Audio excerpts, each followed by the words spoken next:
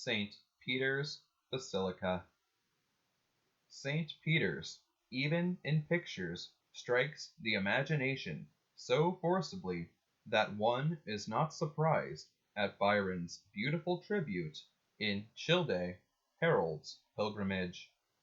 But lo, the dome, the vast and wondrous dome, to which Diana's marvel was a cell, Christ's mighty shrine, above his martyr's tomb. Spectacular as the great building is, its historical background is even more striking.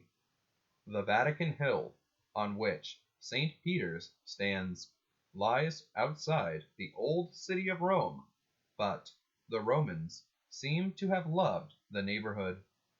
There Agrippina laid out her gardens.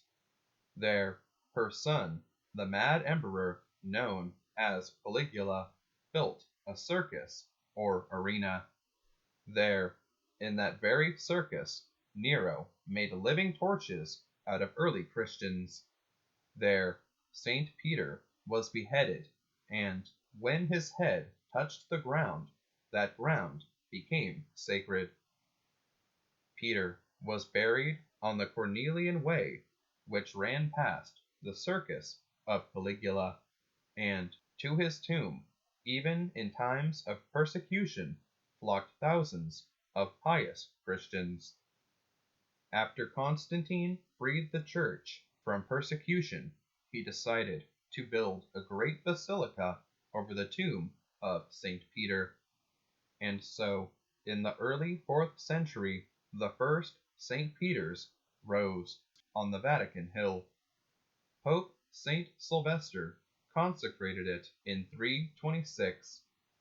This church was not the cathedral of the Bishop of Rome. St. John Lateran enjoys that privilege. St. Peter's belongs to the world. The Basilica of Constantine stood for over 1,000 years, and in it were buried scores of popes. In it were crowned emperors and kings, Charlemagne and Alfred, and Frederick Barbarossa. Its great walls looked down on good days and bad days. They echoed to the triumphant shouts of ravaging Muslims. They saw saints, founders of religious orders, holy men and holy women. They saw riots and disturbances. This church was history, yet it had to go. During the 15th century, the basilica began to show its age. In spite of huge sums spent to prop it up, the time came when its destruction was decreed. This was no sudden decision.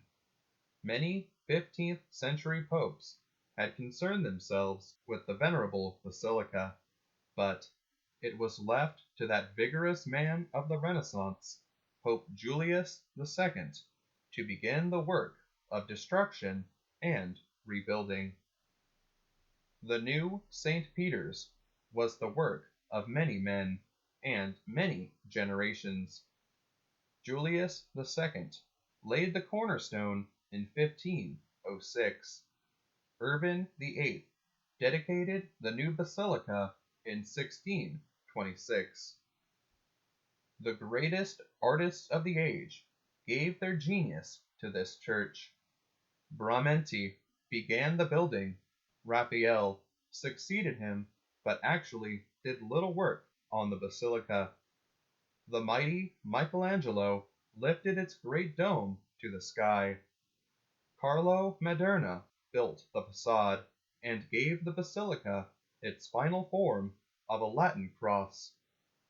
Bernini built that colonnade, which, in the words of Robert Browning, stands with arms wide open to embrace the entirety of the human race. St. Peter's is huge, the largest church on earth. With its adjuncts, the basilica covers 6 acres, has an overall length of 700 feet, and a width of 500 feet.